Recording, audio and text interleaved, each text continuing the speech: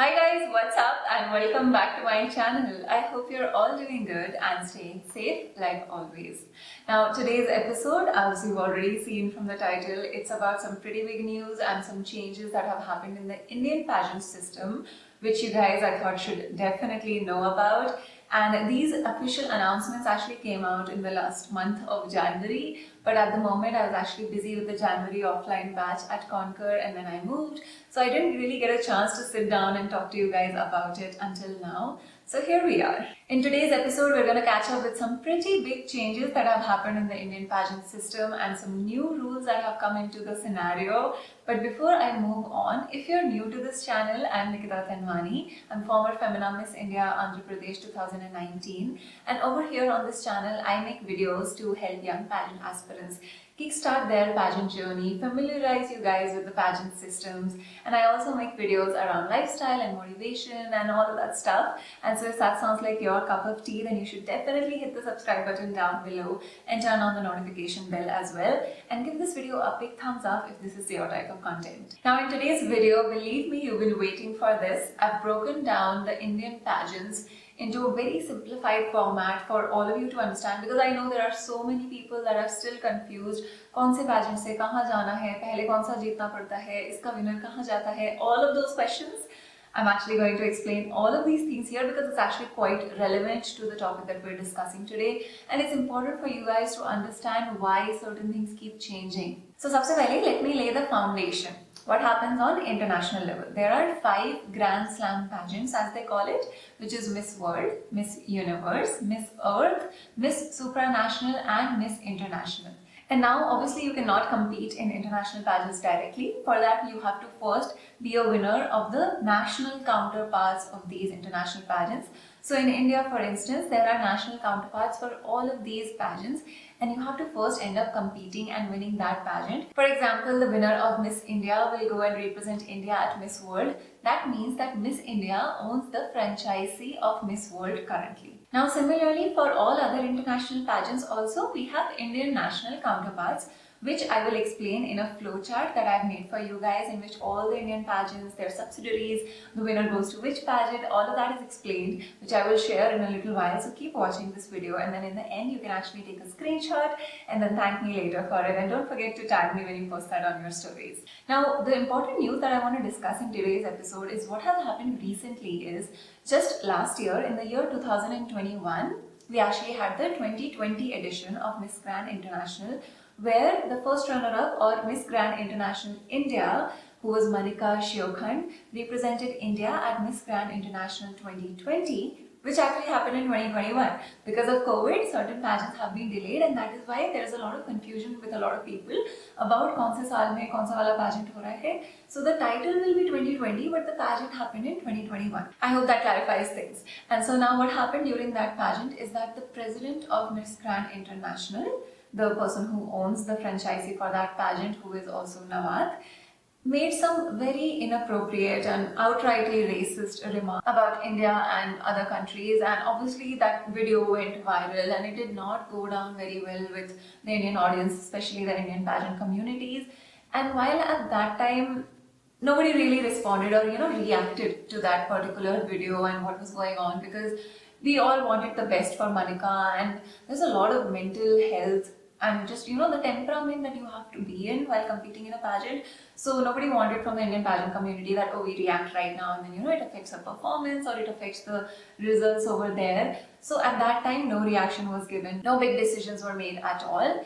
And you should know that for the last several years, Miss India has been sending their first runner-up, who actually ends up going to represent India at Miss Grand International for several years now, except in 2020, when, because of COVID pandemic, the Miss India audition itself was delayed, and so instead of Femina Miss India selecting and sending a representative to Miss Grand, that ownership and that decision was taken by the Glamanand group, which is another pageant in India, which I will explain very, very soon. And so they selected a girl from one of their previous winners, and within a span of 7 days of preparation time, that's all she got, Simran Sharma had actually represented India at Miss Grand International 2019. And so when that happened, there were already a lot of rumors, and we kind of saw it coming, that Glamanand could be taking over the franchisee of Miss Grand International. But that is a news that became official very recently, because after Manika came back, it was time for actually Femina Miss India to renew their franchisee agreement with Miss Grand International. But in light of everything that had happened recently, nobody really liked the comments that Nawat had made, and so for that reason, Femina Miss India decided to drop the franchisee of Miss Grand International entirely, and now that has been taken over by Glamanand Supermodel India, or the Glamanand organization, you can call it. What this means, to further simplify it, is that now Miss India ki winner will still go to Miss World, but the second person who used to go to Miss Grand International from Miss India, that's not going to happen. So now if you want to represent India at Miss Grand International, you have to be one of the winners of Glamanand Supermodel India, which is another pageant owned by Nikita. If you're a little confused at this point, here's an illustration of flowchart that I've made for you guys to break it down and make it much easier to understand. So you can see over here that Miss India used to have Miss Grand, but now we just have Miss World, and then there's a first runner-up, the title of which is still not decided because Femina Miss India is yet to make that announcement. This flowchart has been made based on what we have currently as the situation, and it is subject to change because franchisee agreements keep changing. And then earlier, the second runner-up of Femina Miss India used to go and represent India at Miss United Continents, but that has not happened in the last 1 year at least, and so for Manya Singh, she did not go international, and so for that reason I put a slash over there. Now let's come over to Glamanand Supermodel India, which is another national pageant which is upping its game year after year with the production level and the kind of titles and international pageants that they are sending their contestants to. So far, just last edition of Glamanand Supermodel India was won by Zoya Afroz, who is now going to represent India at Miss International. The Glamanand group also owns the franchisee of Miss Multinational and Miss Globe, and now with the new changes that have come in, now they also own the franchisee of Miss Grand International, which is pretty big news. And Glamanand, the group as a whole, also owns the franchisee of Miss Teen Diva, through which teen pageant aspirants can go and represent their country at Miss Teen International, Miss Teen Universe, and other such pageants. And why I said that all of these things are subject to change is because over on the right you can see that now to represent India at Miss Earth, the franchisee is owned by Miss Divine Beauty, which is also another national pageant. But earlier, back in 2015, the franchisee for Miss Earth was also owned by Glamanand Group itself. And so now that has changed. But you see that how franchisee can be transferred from one pageant to another pageant, and which is why this flowchart is true and factually correct as of this moment. But it can change in the coming years if certain organizations decide to drop franchisees or take up new franchisees. And just to make it wholesome and finish off what Miss Diva pageant comprises of, over on the left we see that Miss Diva will send their winners to Miss Universe, which Harnaz Kaur Sandhu has made us so proud recently.